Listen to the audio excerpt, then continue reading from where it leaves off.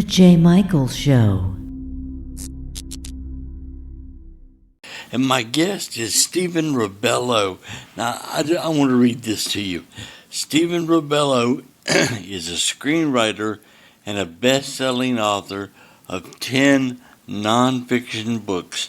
He has written screenplays for Disney, Paramount, Focus Features, magazine features and covers in GQ, Playboy, Movie Line, Hollywood Life, Cosmopolitan, and more. He was born in northern New England, and he is a lifelong resident of both Southern California and Central California coast.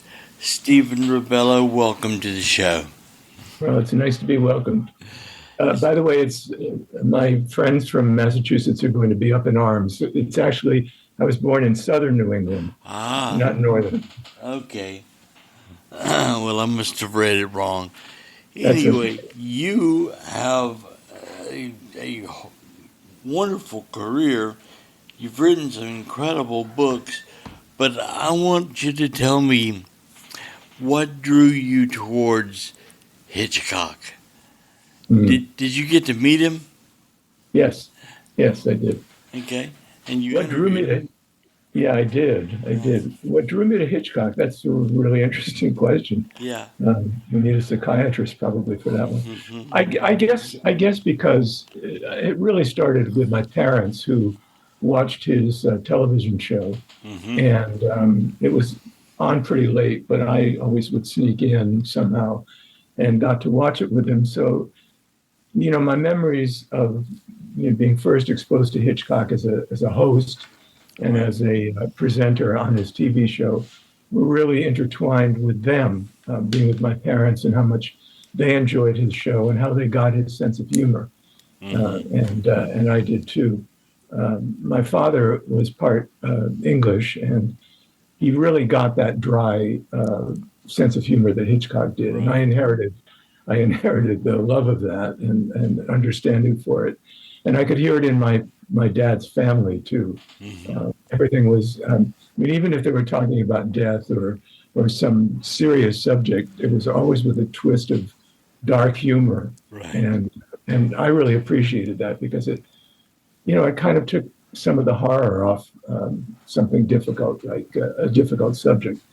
But then my parents would go to the drive-in theaters, and I'd be in the back seat, and I was always interested in seeing whatever they were going to see. But usually the big feature was second, and I was usually half asleep by then. Yeah. But I remember being awake for it was a reissue.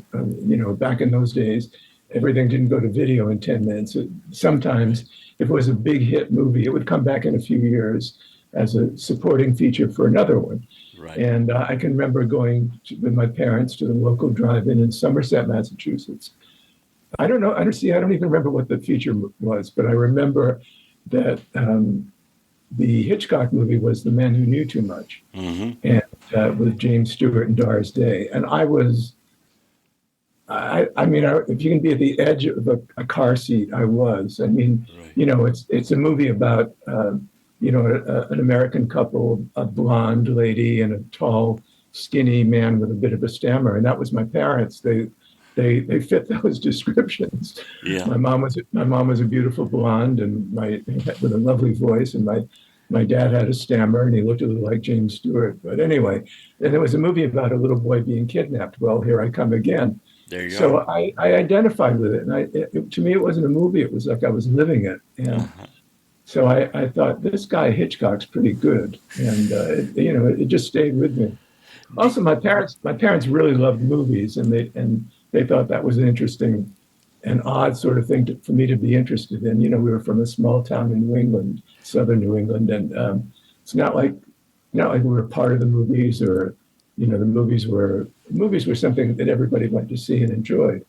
But I just saw them as something different right from the beginning. And Hitchcock movies to me were fascinating, and the people in them were beautiful, and terrible things happened, but you came out okay in the end. Do you have an all-time favorite Hitchcock movie? It changes. It changes. So I'll say yes. And right now, my favorite Hitchcock movie is one called Shadow of a Doubt from the 1940s. It's a great one. It's a great one. And but at one time, my favorite movie was Psycho. Another time was Notorious with Cary Grant and Ingrid Bergman. As a kid, I was never afraid of black and white movies, and still aren't. Most people just love the Technicolor movies, like Right. Rear Window, which is a great movie, and Yeah. others. But I loved all kinds of movies, but it was Hitchcock I was always most fascinated by. And because my parents were so encouraging of me, and I was an only child, a little spoiled actually, I thought nothing of doing things like picking up the phone and calling Alfred Hitchcock in California. And we lived in Massachusetts. And in those days, that was what we called a toll call. That was expensive. Yeah. And so my mom and dad would come home from work and they were going, "Oh, who are you talking to?" And I said, "Well, I'm talking to Alfred Hitchcock." And they were, "Yes, of course you are." And they were sort of joking, but then later they asked me, "Were you really talking to Alfred Hitchcock?" And I was. So I used to call him when I was a little boy. And strangely enough, he'd take the calls, I guess because I was precocious and I had ideas. So he was willing to listen. Yeah. Your book crisscrossed the making of Hitchcock, dazzling, subversive masterpiece, Strangers on a Train. Tell me about your book. Well, it's a book that kind of was in my head for a really long time. It was one and is one even more now after I've written this book of my favorite Hitchcock movies. It's about, just as the title says, two men who meet on a train, and one of them is a psychopath and the other is a tennis player. And the psychopath proposes to the tennis player that they swap murders. They each have someone in their lives that they want to get rid of in a strange way. And the tennis player sort of humors this odd duck on the train because he can't get off the train and there's nowhere else on the train to sit. And so they're thrown together, and this guy is charismatic, sort of heavy drinking, kind of a playboy type. And just to sort of humor him, the tennis player listens, but the other gentleman is not kidding. And he does the murder. Then he expects the tennis player to do his murder. I just thought that was a fascinating premise for a movie. And it was written as a novel by Patricia Highsmith and came at a time when Hitchcock was having a really hard time in his career. He wasn't connecting with the audiences. He wasn't happy with his movies. And he found this book and he thought, yes, this one could do it for me. And it did. It put him back on the map, and it started that incredible run of movies that he had in the 50s, including, as we talked about a minute ago, Rear Window and To Catch a Thief and The Man Who Knew Too Much and Vertigo and all these great, great movies.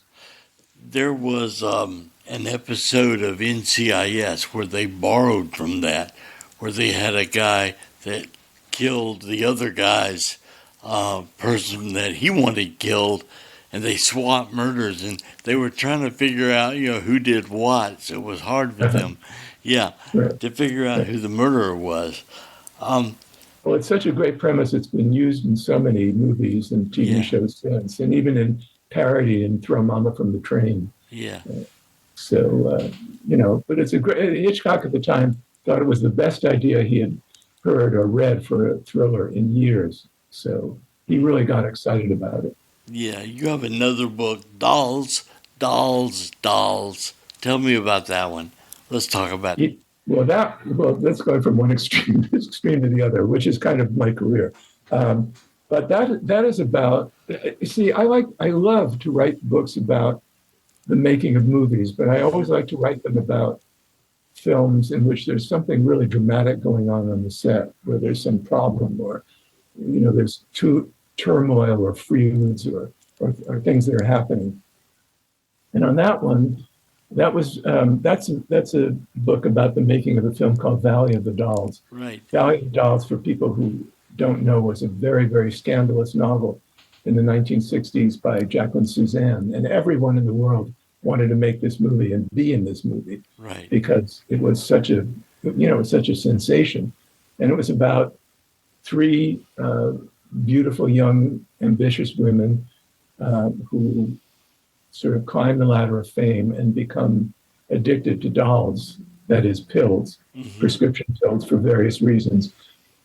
Sickness, in one case, heartbreak in love, another, frustration with career in another. So that was a really shocking subject for people back in the day. Right.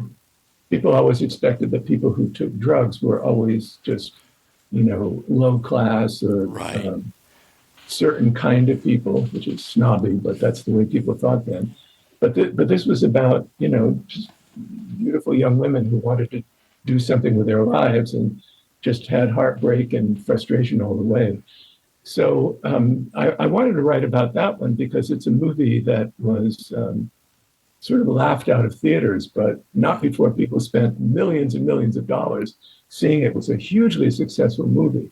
And but it was a movie where they didn't get the cast they wanted, but the people that they did get fought like through the entire movie. And then there was Judy Garland, who was supposed to be in the movie and play a really important role, and she was unable because of illness and addiction of her own to even do the role, and so she was let go, and then she was replaced. And anyway, what was going on the set was more dramatic than what was going on the screen in that one, and I knew it, and so it was a wonderful book for me to write. I loved doing that book, as I loved doing Strangers on a Train. Well, you had said that you did meet Hitchcock, so tell me about meeting Hitchcock and what you talked about. Well, we had these phone conversations, and then I got to meet him at the premiere of one of his films. I went to school in Boston, and they were having a world premiere of one of his movies, and I'd never been to it. I was a kid from Boston, you don't get to go to world premieres, but they were having one, so I went, and I got to, spend a little time with him in the lobby, and he remembered who I was. And then 15 years later, I was, I just was in a position where I had started graduate school, actually working on my doctorate at Harvard, and I was taking a vacation because it was a semester break, and I went to California to visit a friend, and a few days later, I found myself in Alfred Hitchcock's office interviewing him because I picked up the phone and tried to cover the knocking of my knee so he wouldn't hear it. But, he was going to give me 20 minutes. He gave me over an hour. Wow. We just had so much to talk about. We talked about his films, his health, what movie he was planning then. And sadly, it was the last interview he gave before he died. Right. And it was in a strange and sad way lucky for me, because that interview was picked up all around the world and published everywhere. And suddenly I had a career as a writer if I wanted it, and I wanted it. So I pursued it, and haven't looked back since. Wow. That's incredible to get to meet. So it was, he was wonderful. He was so funny. That's the thing that people were sort of often don't get about him, how funny he was. He was just wickedly funny, and he loved to laugh. And, he found me funny, and that was lucky. Yeah. And I wasn't afraid of him, which was great. I guess people were always sort of doing this to him. Yeah. And I was as I am. I'm just an irreverent, fun-loving person. And he just thought it was very funny. And he told me that he actually told me, if I put you in a movie, here's what I would cast you as, and here's how I would photograph you. I mean, he just had that kind of mind. He'd be sitting with someone in a room, but he could tell you what color you would wear and how he would dress you. And that's just the way his mind worked. Everything he was turning it into a movie. Wow. And how the camera would be low and it would be high, and it would be right. He just saw things so visually. Yeah. Well, that's a good, cinematographer has to see things visually. Yes. So I want to ask you a question. Well, first of all, before I get to that question, The Mhm. Making of Psycho, you wrote Yeah. that book. Let's talk about Psycho, because that's probably Hitchcock's most well-known movie. I think you're right. Well, that was my first grown-up movie, really. Yeah. I wasn't supposed to see it. My parents told me that I couldn't. The Legion of we were Catholic, and my parents said the Legion of Decency has condemned it, and you can't see it. Well, when you're a kid who learns that a movie is not supposed to be seen, you You're try going to your go best. see it. You try Yeah. your best to see it, Yeah. and I did. I mean, I just remember the day perfectly. I can remember the weather, what I wore. It was after school. I took the bus to the Durfee Theater Wow. in Fall River, Massachusetts, where Lizzie Borden did all her crimes, or didn't, depending on what you believe. But the Durfee Theater was a beautiful movie palace. Back in the day, we had movie palaces where everything was ornate and elegant, and the ushers were dressed in uniforms, and Wow. that's how I saw Psycho. The great thing for me in seeing Psycho, aside from how the movie sort of really took the top of my head off, I'd never seen anything like that before. Yeah. I'd never seen a movie where the leading lady was in a bra and slipped in the opening scene. I mean, that was just like, it's like, what have I let myself in? I thought, I'm going to hell after this. I know it, but I'm going to stay for the movie. The great thing for me, though, was my school teachers were in the audience. Not the ones that I presently had, but I saw teachers from the school that I went to. Yeah. And it was really empowering, because I was just a kid and they were terrified. I mean, I could see like female school teachers screaming, not just for show, but because they were frightened. Yeah. You know how today kids can go to horror movies and they're just yelling to get attention. Right. But these were grown-ups who, in my mind, were respectable. They were like very old to me. Right. And here they are. And one of the teachers ran up the aisle covering her mouth like she was sick to her stomach. Wow. So, Yeah. so that was really part of the experience for me. But it was, the way that movie even sounded to me was not like how movies sounded. The sound was so clear, and the black and white images were so. It was like a newsreel in a way. But it just seemed like I wasn't watching.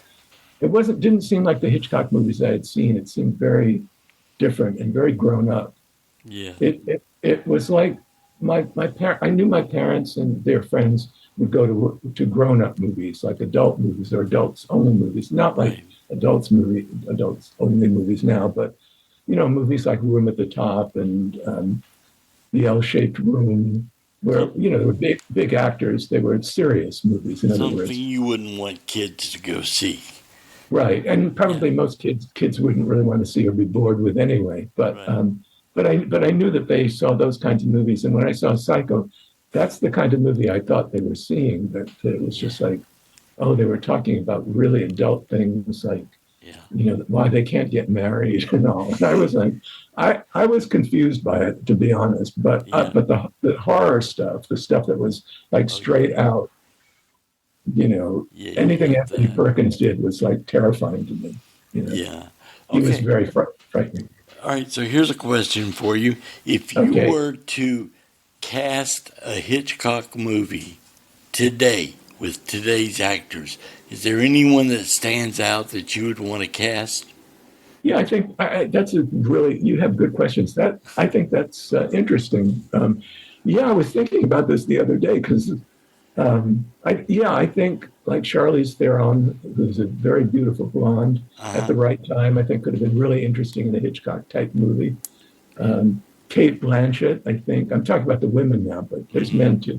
At the right time, actually, Hitchcock in the Making of Psycho inspired a movie called Hitchcock, starring Anthony Hopkins and Helen Mirren, and I was a screenwriter for part of the time on it. And after that movie, a producer came up to me and said, if you did another Hitchcock a movie about Hitchcock making a film, what would you do? And I said, well, I think it might be interesting to have George Clooney play Cary Grant in a movie about the making of North by Northwest. Ah, And I thought that for a long time. yeah, Because one of the things about North by Northwest was Cary Grant. I mean, it's a crazy, brilliant movie, yeah, and it's like this and this and this, and he's running. But at the time, Cary Grant in his life was taking LSD, and I thought, wouldn't it be interesting if Cary Grant popped acid just before he was doing the crop duster scene and yeah, was tripping his head off yeah, while that was happening? I thought that's an interesting yeah, sort of shape for a movie. But I thought George Clooney at the time, he was a while ago now, could have made an interesting Cary Grant because he yeah, has that larger than life thing. You see, we have fewer movie stars now, like movie stars. exactly. We have really great actors, Yeah, but they're less interested in being like beautiful or bigger than life. right.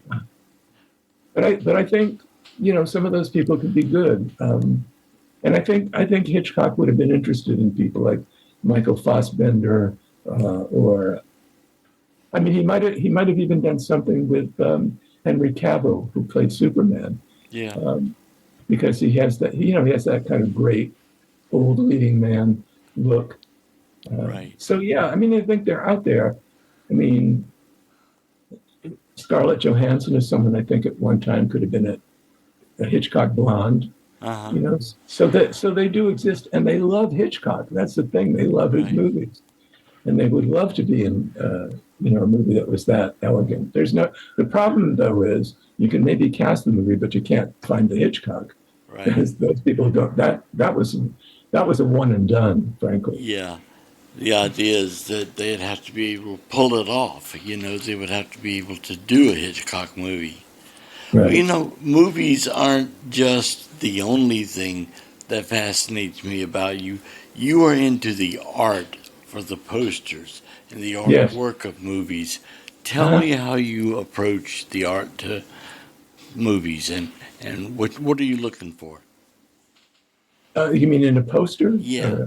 Oh, yeah. Well, when I was a kid, because of it was sort of like a side swerve, which I always do in my life. But Mm, because I was so interested in movies, I would ask the theater managers in Fall River, Massachusetts, could I have the poster when you're done with it? right. I didn't. I mean, I didn't know what the world was, and there was a man named John McAvoy who was a really great guy, who was a theater manager for a number of those theaters, and he would say, "Oh, just come on Thursday, come on Right. Thursday after you see 13 Ghosts or House on Haunted Hill, and I'll give you a few posters." And he did, and so I started collecting them, and then I found that in New York there were people who actually sold them Yeah. movie posters. Some of them are very expensive now. Yeah, they weren't then though. I Yeah. mean, they were expensive relatively. I mean, $3 was a lot of money back then Right. for me. But I would get posters, and then as I started working, I'd been working since I was pretty young. But as I started having some not mad money, but at least a little money to put aside, Right. I thought I was going to buy a poster. So the first expensive poster I bought was Psycho, Wow. and I paid $30 for it, and I sold it years later for 900, and it was the same Yeah. poster. It's a But collector's item. Yeah. right, but that's right, because they used to be just sort of thrown away. Nobody much cared about them, but I did, Yeah. and then others did. So I started collecting, and then I started selling, and then I started heavy duty selling because I was Mhm. now had access to some really expensive stuff. I can tell you, you would enjoy this as a movie fan Sure. and a poster fan. There was one time in my living room in Santa Monica that I had on the floor 3 original posters for The Invisible Man, starring Claude Rains. Yeah. 3 Three. that I acquired to sell, and they helped buy a house. So Wow. so one of the reasons, not one of the reasons, but one of the things that sort of drove me to it is I want to write a book about movie posters. You did. And then I did, and I found a beautiful publisher, Abbeville, and I spotlighted some of my own collection, but as well as the collection of a lovely gentleman who was a drug executive at Pfizer, and he loved movies and was collecting movie posters, and I helped him acquire a number of them. And so I wanted to spotlight his and other people's collections, but I wanted to not just do a book where, oh, look at these pretty posters. I wanted to tell people somebody created these. So I found out who the art directors were at the studios and who the illustrators were sometimes.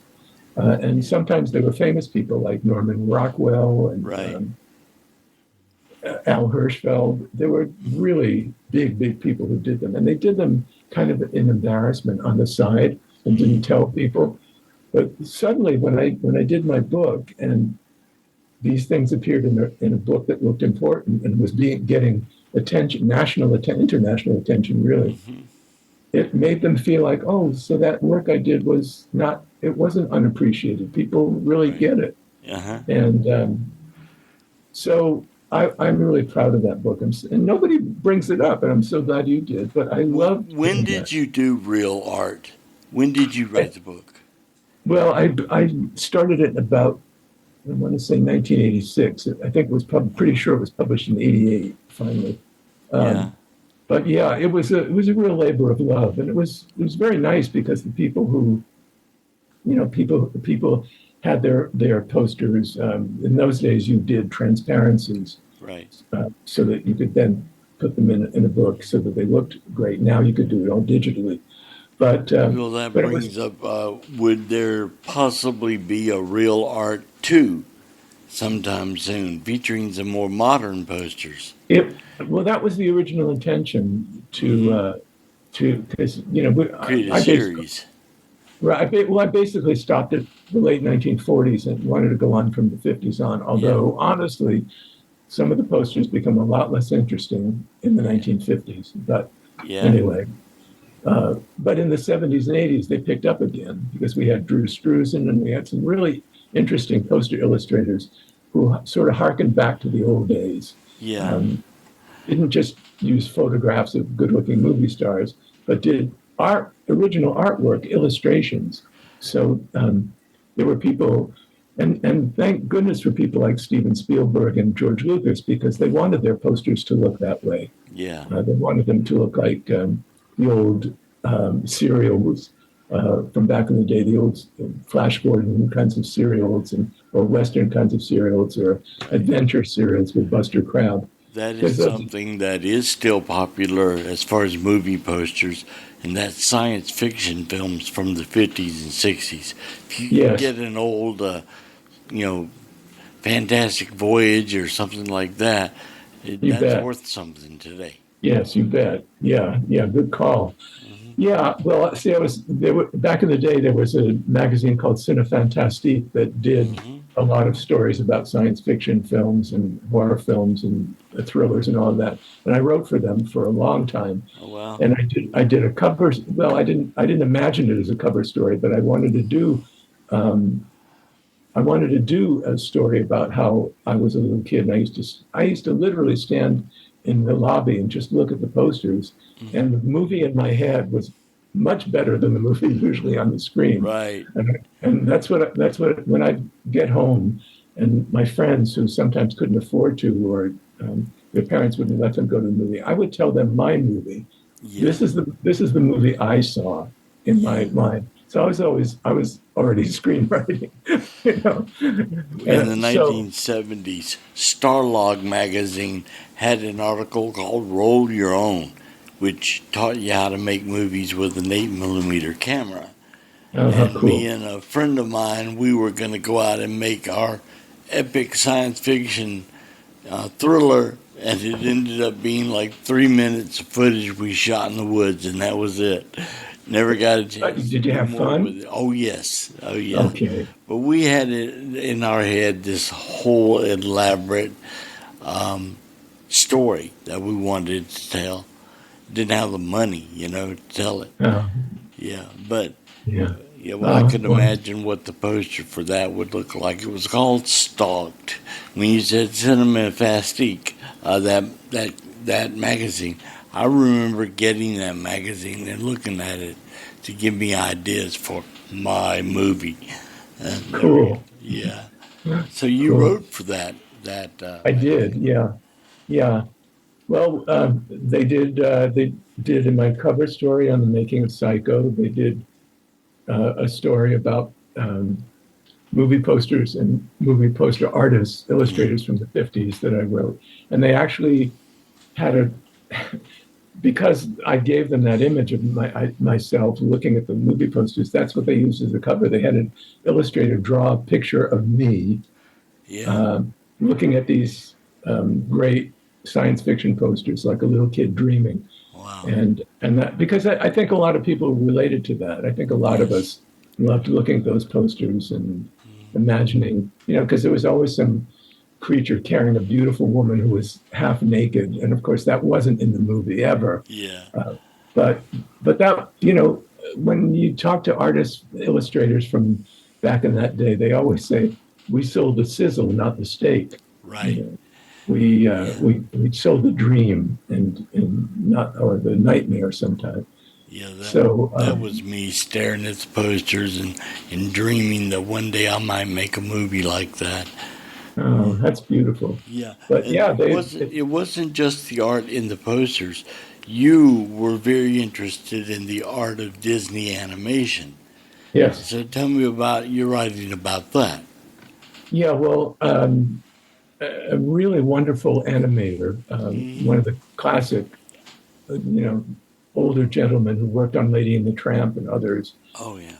Had read my stuff, and a wonderful guy named Howard Green, whom everybody knows at Disney, a publicist who's been there forever, thought, get Rebello together with Joe Grant, and he did, and we just hit it off, and then within 6 months, I had a little office at Disney where I was working on several animated projects, beginning writing with Joe and on projects that really should have been made, but it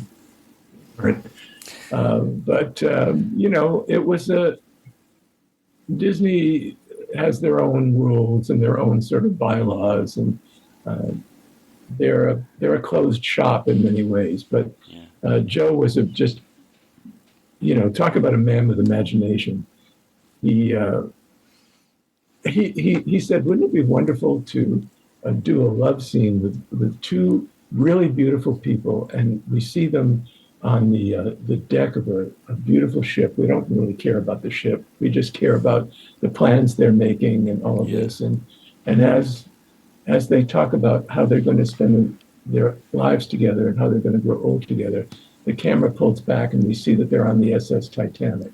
Ooh. See, that's the way he thought. Yeah. And I thought, that's a movie maker. Yeah. And I learned so much with him. I've been lucky to been kind of swept up by some great people. Yeah.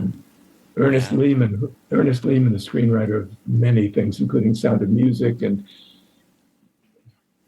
The King and I, and just a sweet smell of success.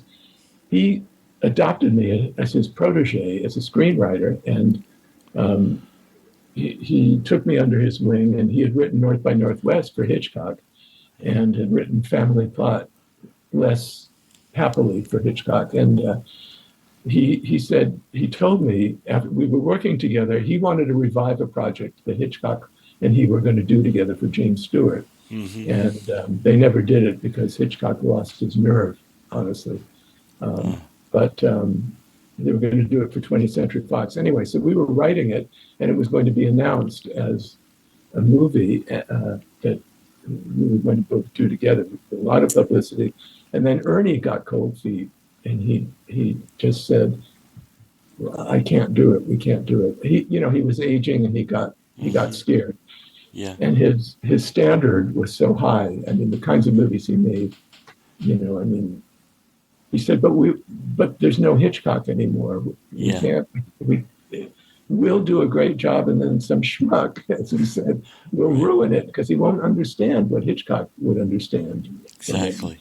He wasn't wrong. But But I've learned at the feet of some brilliant people. I'm very, very lucky.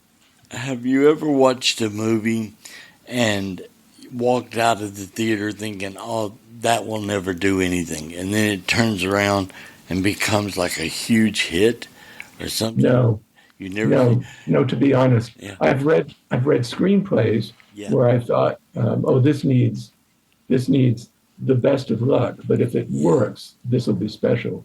Oh, okay. But I'm not. No, I've got a pretty good nose, and I know when I see a movie, finished movie, within 10 minutes, I know if it's going to work or not, or if it's working or not. Is that 10 minutes after you've seen it or 10 minutes into it? Into it. You The first already 10. know. I almost know in 5 minutes, but I always do it. I don't, but I never leave. Unless I feel so insulted. but I rarely have walked out of the theater. But also, I was a critic for a while. I did reviews for Playboy and others, and I would never. I would stick it out to the end. Yeah. I would see other critics leave all the time, and then they'd write this review, and I would go, "But you left. You didn't even see this." But anyway, I wouldn't do that. I just felt it was unethical. Bad movies we love. What is the worst movie that you've seen that you absolutely love it, or a bad movie that you love? Give me an example. There are so many. We don't have that much time. Well, I'll tell you some ones that I always enjoy. And we just came off Oscar time. And one of my favorite films is called The Oscar. Mm-hmm. And it stars Stephen Boyd and the movie debut and farewell of Tony Bennett, Jill St. John, Elka Summer, lots of people. And it was written by Harlan Ellison, the great science fiction writer. Yeah. And did you know Harlan? No, but I do have the honor of having spoken with him once on the phone and having him slam down the phone. So I count that as a badge of honor. Yeah. But he is a remarkable man, and I'm going to read it soon. Apparently, his script for the Oscar was really an epic. It was, they didn't film it, but they filmed a version of what he wrote. But I love that movie. It's epically bad in the most beautiful way, because you can feel people really trying hard, and it's kind of heartbreaking. And of course, Valley of the Dolls is a movie I enjoy.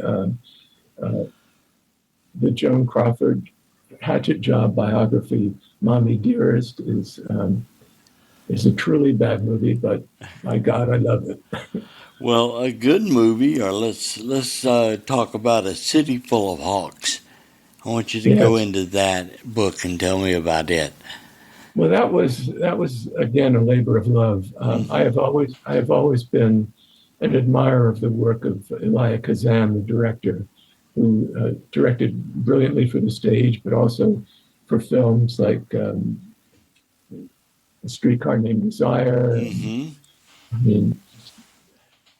Waterfront. East of Eden.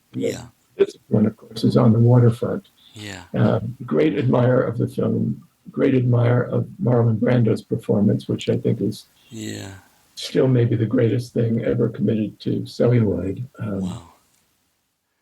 Well, that was really an honor to do, because I did a lot of research and a lot of interviews, and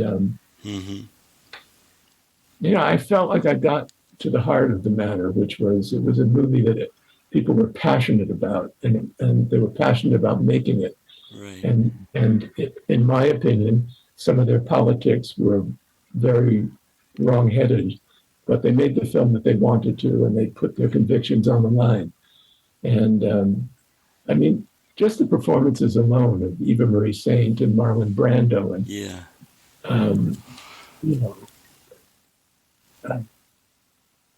I bet you know a lot of behind the scenes. Sometimes too much. Secrets of movies.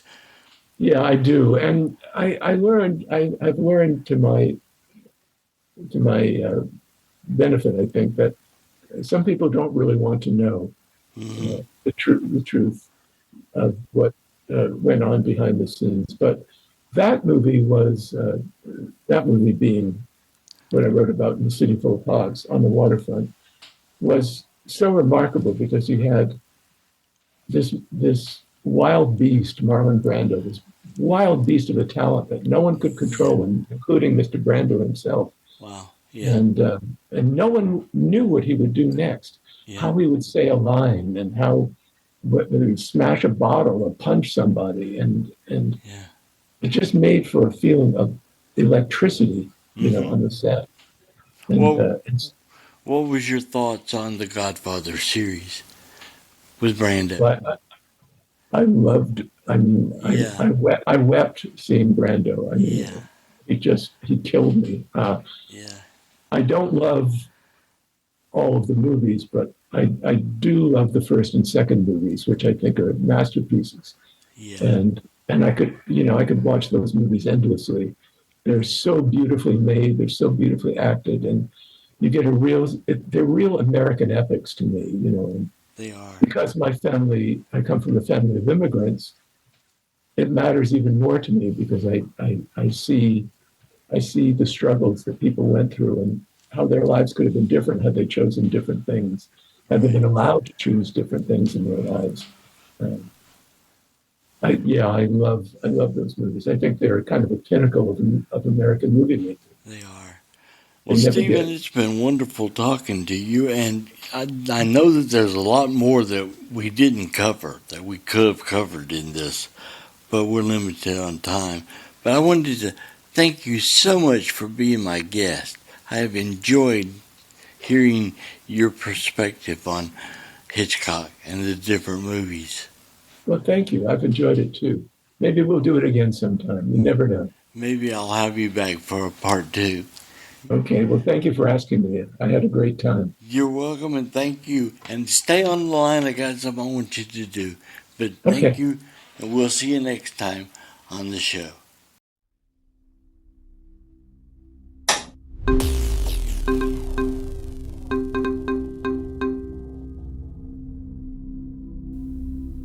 The J. Michael Show. Goodbye.